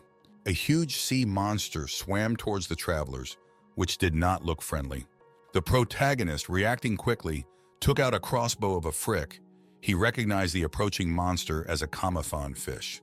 However, the guy did not manage to stop the monster's advance. He still capsized the boat. As Houston flew down, he tried to stop the fish by firing ice arrows from a crossbow. John also took out his new gun, which had been given to him by a family of guardsmen in Kamara. The family that transported the travelers was completely fine thanks to them, and the fish was frozen by the protagonist in the meantime. Houston was alarmed by the fact that the kamafan fish usually does not like sunlight, so it lives at great depths. So he studied it with his exploratory eye and realized that the fish had been dead for 3 days. And when the protagonist made the cut, a strange substance spilled out of it. It was a plant monster parasite that controlled the kamafan fish and was supposed to die along with the host. However, at that moment, the final boss appeared from underneath, which had large tentacles. Houston prepared for the fight and asked John for help. But as it turned out, the guy was already unconscious due to seasickness. The tentacles of the monsters began to attack the carrier's defenseless family, wanting to drag them to the bottom of the sea. The protagonist pierced several tentacles with arrows, but the little girl Ruby was still being held hostage. She screamed in fear, which was heard by John, who immediately came to his senses because he remembered himself from another world where he also had a daughter. Without another moment's hesitation, the boy threw himself and the girl into the sea. The protagonist realizes that if he leaves his partner alone, he will drown along with the girl. Meanwhile, John fights off the monster's tentacles, but they continue to regenerate again and again. At that moment, when the guy was already desperate, he saw a light on the surface of the water. These were arrows fired by the protagonist that were filled with air. After the arrows, the main character himself appeared, who was holding a frozen knife in his hand. Houston asked his partner to take care of the girl while he dealt with the monster. The protagonist has created a knife that can also cast freezing spells. However, as soon as the guy began to attack the monster, its head appeared, thereby acknowledging the abilities of its rival. The squid summons its small brethren with ultrasound to use them as a shield. But still, the protagonist managed to freeze a part of the monster's body, thereby weakening it. Houston sliced the creature in half with his dagger so it couldn't move anymore. Several small squids began to emerge from the monster's body, which were no longer subject to manipulation. Suddenly, the protagonist received several hundred notifications that he had been given points for curing all the creatures of the parasite. When Houston got to the shore of the redwoods, Rudy's parents ran up to him. They were very concerned that the girl had become ill because of the recent events she had endured. The protagonist assumed that she just caught a bad cold, so he planned to make a fire. However, John stopped him as he noticed that it was about to start raining in the area. Rudy's father said that everything on this island is red, including the people who live here. At the time of the story, the protagonist heard strange noises, so he took out his new dagger. Several red-haired bandits appeared from behind the trees and spotted the travelers. It was a red road gang that only robbed people with a different hair color. One of the guys said they needed a healer. He could leave the others alone. Upon hearing this, the protagonist offered to exchange his skills for an overnight stay in this forest. However, the guy didn't like the fact that Houston mentioned the Adventurers Guild in his proposal. The bandit attacked the protagonist, but it was not difficult for him to dodge, thereby giving himself a maneuver for action. Houston stabbed the robber in the face with the back of his dagger, causing him to lose consciousness. The protagonist kicked another guy with such force that he flew to the other side of the clearing. In response to such an attack by the guy, the bandit tore a scroll with strong dark magic. Chains flew from the magic circle that bound the protagonist, but it was not difficult for him to break them. As a result, Houston dealt with the bandits who wanted to rob him and asked to take them to his hideout. When the guys were taken to their place of stay, the main character was surprised at where it was. Houston went inside the cave and found everyone lying there in pain. An adult came out to meet the main character, who did not expect to see the guests. The girl, who had been beaten earlier by the protagonist, tried to get out of it, as she knew that the man would not understand her humiliation. However, Houston immediately told the whole truth to a man whom everyone in the gang respected. The man wanted to kick the protagonist out, but he stopped him because he wanted to help the sick. The leader of the Red Road Gang agreed to shelter the guy in exchange for the treatment of his comrades. Houston proceeded to examine the sick girl to learn more about her condition. He found that the main symptom is a phantom headache that causes a person to lose their minds. Luckily, John discovered a whole cabinet of medicinal plants that could help with the cure. The protagonist carefully examined the ingredients and noticed that there were many useful products that would help in making mental potions. However, Houston lacked a few healing herbs, so he strongly recommended that the man collect them. John and the protagonist were left alone. The guy was a little worried about the condition of the patients, but Houston calmed him down. The protagonist asked his partner to hand over a jar with a healing ingredient, but accidentally the remedy fell out of his hands. John immediately went to get the jar of the ingredient to retrieve it from the ground, but he was interested in something. The guy found several fossilized scarabs that were lying in a compartment of the cave. The protagonist wondered about this strange event, as he had only seen scarabs in dungeons. He asked John to get a shovel and bury all the corpses of the creatures in the most secret place of the cave. Meanwhile, the protagonist suggested that there might be more scarabs in the area. He had a few questions for the Red Road gang. Houston made a potion from the ingredients he had brought and said that for a complete recovery, it was necessary to drink a whole course. The bandits cared about their comrades, which forced the protagonist to reconsider his attitude towards them. However, there was still an unresolved issue about the presence of scarabs in the cave. On top of that, mental curses are a rare disease that appears when strong magic is used. Therefore, the main character offered to tell everything that really happened in a good way. The man told the protagonist that there had been nothing on the site of the cave before, but one day a whole shelter appeared on this place. It turned out to be a wandering dungeon, one of the subspecies that can teleport to different points on the continent.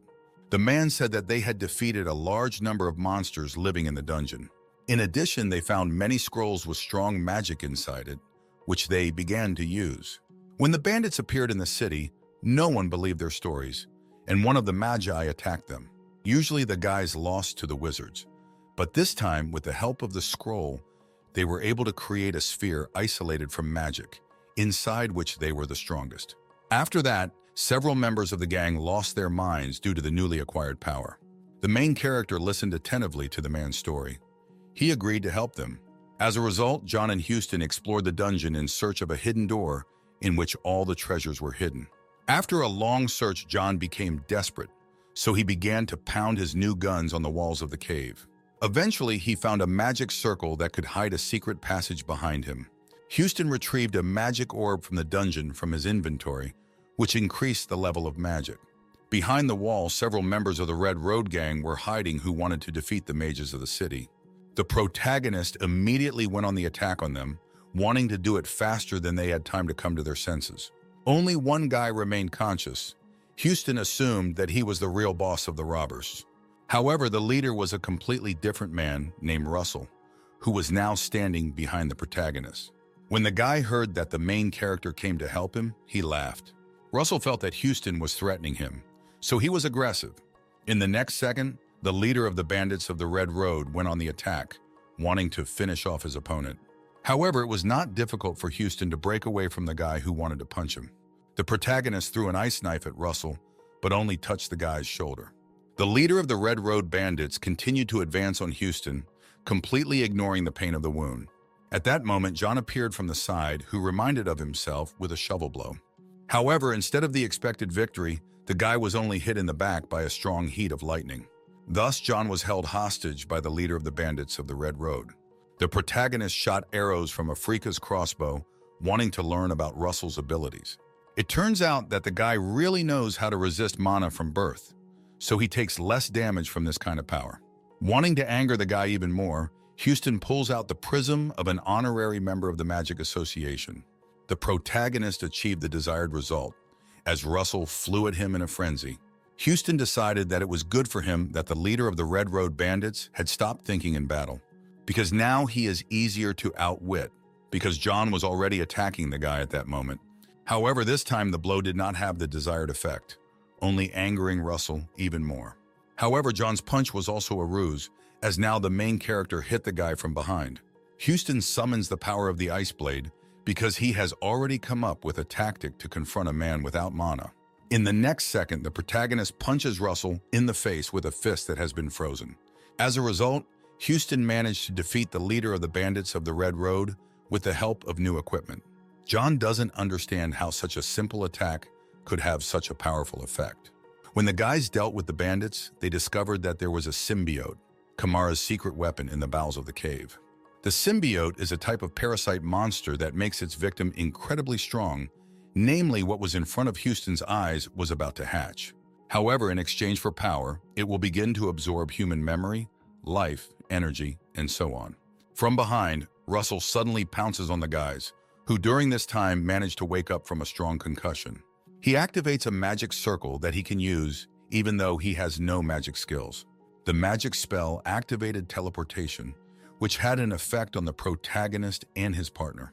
As a result, the guys were carried out of the dungeon, so Houston realized that as Russell was trying to stall for time until the symbiote hatched. The protagonist ponders what he should do.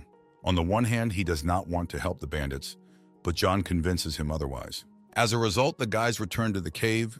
Houston says that there is very little time left to wait. Meanwhile, Russell finds a jar filled with mana that wasn't available in the area before. He spills the contents onto the symbiote, wanting to speed up its development, as the cocoon needs more magic to evolve. As soon as Russell performs this action, he hears the screams of his men from the Red Road gang. He goes outside the dungeon and notices that many of his people are lying unconscious. Russell is sure that Houston did it, so he tries to hit him, but the guy stops him and tells him that it is the leader of the Red Road gang himself who is the cause of the illness. The protagonist also says that the stronger the symbiote becomes, the more dangerous it is for the lives of these people. He offers his help to the guy in exchange for him changing his mind about storming Kamar.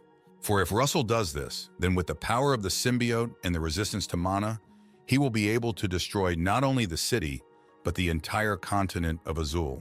In the end, the guy gives up. He realizes that the lives of his people are more important than his ambitions. As John emerges from his hiding place, he's not sure if it's not a good idea to end the symbiote now, but the protagonist convinces him that Russell has put on a protective circle, which means that the monster will not wake up. Houston goes to the first room of the dungeon, where a family of ferrymen is resting. They say that Rudy is recovering. The protagonist asks for a moment of attention from his partner, as he has a gift. Houston pulls out what he got earlier for defeating the crab. This shard is a good help for protective ammunition. While resting, the protagonist receives a reward of 10,000 points, so he was given a skill buying machine that is updated every day. Today, Houston has the ability to ignore orders, which he buys for 1,000 points. Suddenly, he hears that the walls of the room have shaken violently for unknown reasons. He runs out to the bandits of the Red Road to investigate what is happening. Several scarabs fly out of the depths of the dungeon. Everything that happens makes Houston anxious. The protagonist went with the guy to the place where the symbiote was, but they noticed that the monsters were blocking their passage. One of the scarabs attacks Russell, who doesn't even know it when the monster managed to attack him. Monsters, in order to close the hole in the wall, begin to form a ball, absorbing their own kind beforehand. But at the beginning, the newly formed ball attacks the guys, wanting to deal with them as soon as possible. However, Houston has no trouble dodging a straightforward attack, firing his crossbow back at the freaks. However, even after breaking through the center of the ball, the protagonist does not get the desired victory.